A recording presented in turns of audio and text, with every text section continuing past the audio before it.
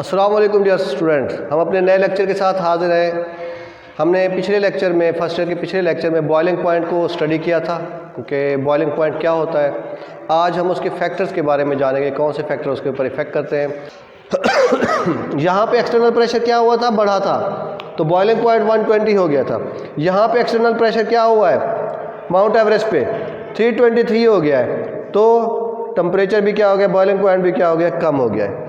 इसी तरह मैं कुछ मिसाल एक आध मिसाल और दे दूं कि देखिए बेटा, सी लेवल पे तो इसका मतलब हमारे पास उस वक्त एक्सटर्नल प्रेशर क्या था, 69 पे 323। अच्छा, ये 69 क्यों आया?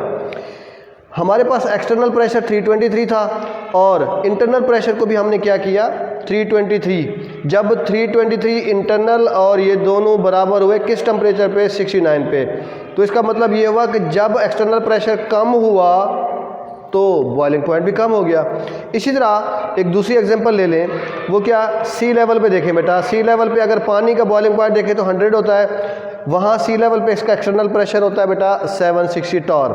तो 760 टॉर को मीट करने के लिए हमें पानी को कितना बॉयल करना पड़ा, कितना हीट करना पड़ा, 100 डिग्री सेंटीग्रेड तक। तब इंटरनल प्रेशर 760 टॉर, एक्सटर्नल भी 760 टॉर, तो 100 पे ये दोनों आपस में इक्वल हुए, that is the boiling point. मरी हिल्स पे चले जाएं, यानी हम मरी में जब जाते हैं तो वहाँ पे पानी जो होता है 98 पे बॉयल हो जाता है। वजह क्या होती है कि वहाँ पे जो पहाड़ियाँ हैं, ऊंचाई है, तो वहाँ पे दबाव जो होता है वो 700 टार तक चला जाता है। तो इस 700 टार तक पहुँचते हुए इंटरनल प्रेशर को हमें कितना बढ़ाने के लिए कितना हीट करना पड़ता है, 98 डिग्री।